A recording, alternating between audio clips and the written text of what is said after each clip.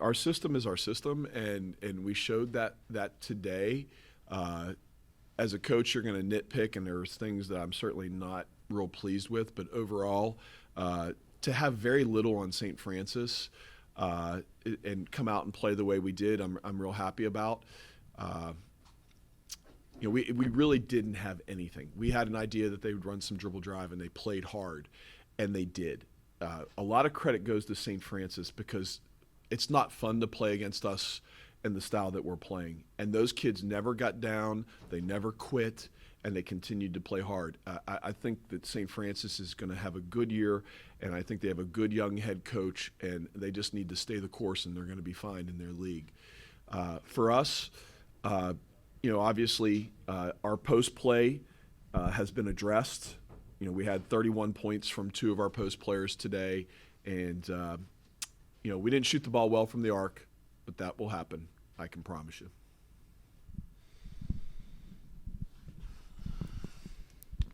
Dan, cheers. Cheers. Ega shegada. That. Speaking of languages, Dunya obviously had a career high in points. That's a natural transition there. Just what have you made of her finding a home here and finding comfort within this sisterhood?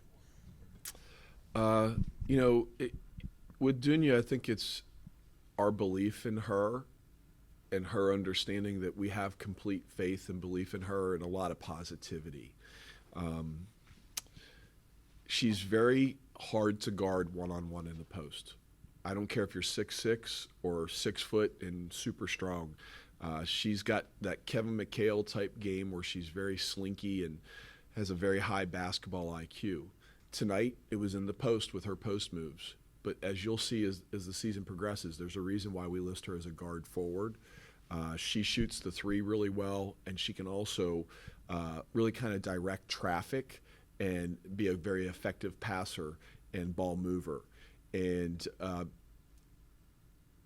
Dunya's been, it's been just Dunya was a heck of a basketball player in Serbia. And she went to the wrong system. It didn't work for her where she was in her last stop. And she's in the right place for her. And she's going to have a great year. Dan, we talked about the 5 in, 5 out across 2 minutes, across 3 quarters, and then you would kind of make that decision in the fourth. When you have such collective buy-in and effort across the board, how much does that give you that green light to maybe just keep doing what you're doing? You have to thank the kids and just really appreciate the kids on the roster because they have bought completely into what we're doing with 5 in and 5 out. And there's no rest for our opponent, but there's also no time to check out if you're playing this style because you come to the bench and you can't relax. You're going to get your breath, you're going to get a drink, you'll get a towel, but 2 minutes later, you're going right back in. And so there's no time to check out. And it really engages your entire team and allows for everyone to feel like they're really valued and feel like they're really a part of this. And in the day of the transfer portal that we're in, where half of teams leave every year, we don't have that situation, and I believe this is a big reason why. It didn't show up points-wise, but what Fatu was able to do with her 5 steals today, just the confidence that she gave herself and uplifted in her teammates, just how important is comfort, confidence, and finding role and just making this thing work for her? Well, Fatu had 5 points, 4 rebounds, 3 assists. And, a couple weeks ago, Fatu wasn't really accepting her role. Certainly wasn't embracing her role. And her high school coach, who is a really important part of her life, came down and spent a little bit of time with her, and they had a good talk. And since then, the last 2 weeks, she's really embraced her role. And her role doesn't have to necessarily be scoring. That's kind of a secondary thing for her. The way the new rules are with officiating in women's basketball, you can hot stove as much as you want. You can touch them as much as you want. For an aggressive defender who's so strong and so quick like Fatu, she's going to cause a lot of people problems this year. And, it's just not on-ball defense, but it's, her poking it away on ball, but it's also her reading gaps and then going to rebound And what we've found is when she focuses on that, the points come.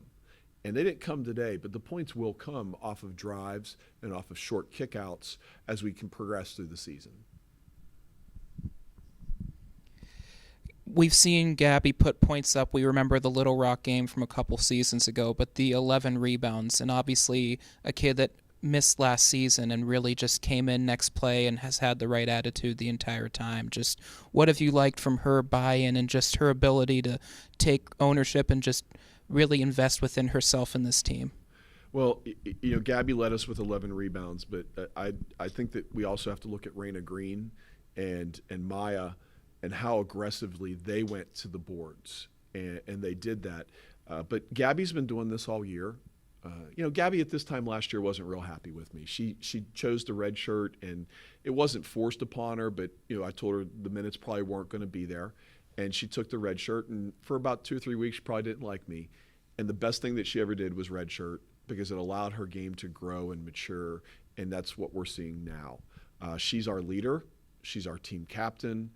And, she's a bucket getter, but she's also a kid that can go and rebound it also. And she has a maturity about her that the others follow. And so really happy for her the day that she's had because she's worked really hard for it. Coach, losing a bunch of girls from last year, Meg going to the WNBA over in Australia now, and then losing girls like Journey to the portal. You have a big fountain of youth. 2 freshmen, 2 sophomores, one redshirt sophomore in your starting lineup today. What can you say about just the youth of your team and then their ability to buy into the system and everything like that? Well, we're really happy for Meg. She had 20-plus points in her last game there in Australia, and we're looking forward to her being in the WNBA again last year.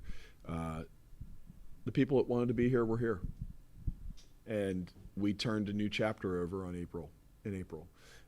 And I went into the film room and I said, the 8 players that are coming back out of the 10, you are all guards, and we're going to go find you a couple post players. And our assistant coach, R.J. Bell, who's our recruiting coordinator, went out and did that. We signed the number 1 and number 2 freshman rebounders in the transfer portal. 1,700 kids in the portal, about 450 freshmen. We got the top 2 rebounders in Harriet Ford, who you did not see tonight, and Maya. Dunya was an interesting thing that happened late. Had a friend of a friend, and we didn't know what we were getting with Dunya, but we're incredibly happy with her. Dunya is a very good basketball player and has the confidence now that she didn't have for the last couple years. And then obviously there's Raven Washington, who is going to be a very special player. And tonight, she was 6 for 10 and had 5 rebounds and 15 points, but she didn't play well. We have a higher expectation for her, and she'll get there.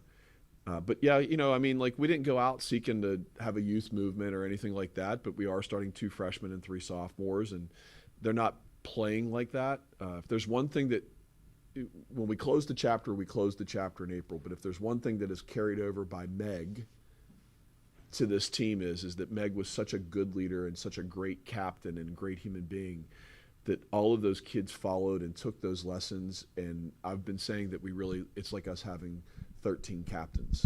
And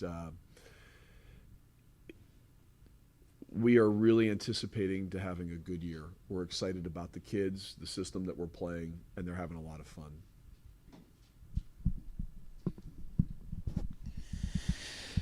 I would talk about Nadia's 17 points in 15 minutes, but I would more like to talk about the response that she had. Slow start, not feeling well, but continuing to stay engaged within her process and wanting to do it for herself and her team. Just what does that speak to her will and her team-first attitude?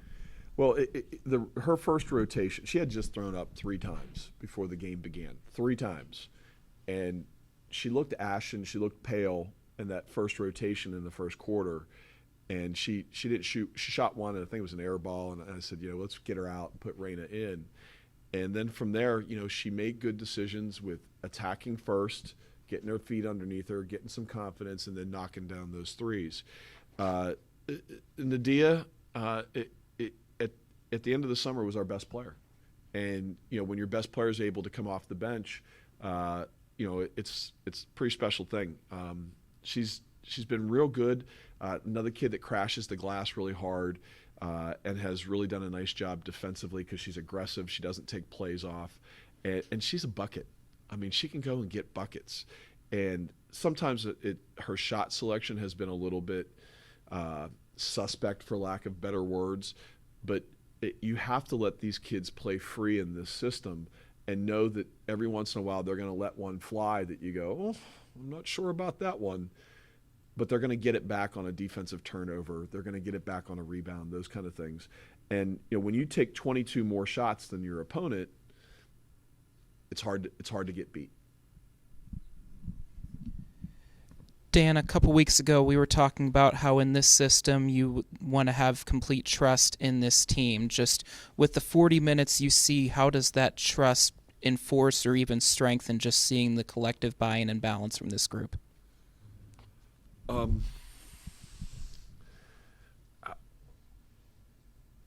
By no means was this a perfect game, but this was a good first game for us.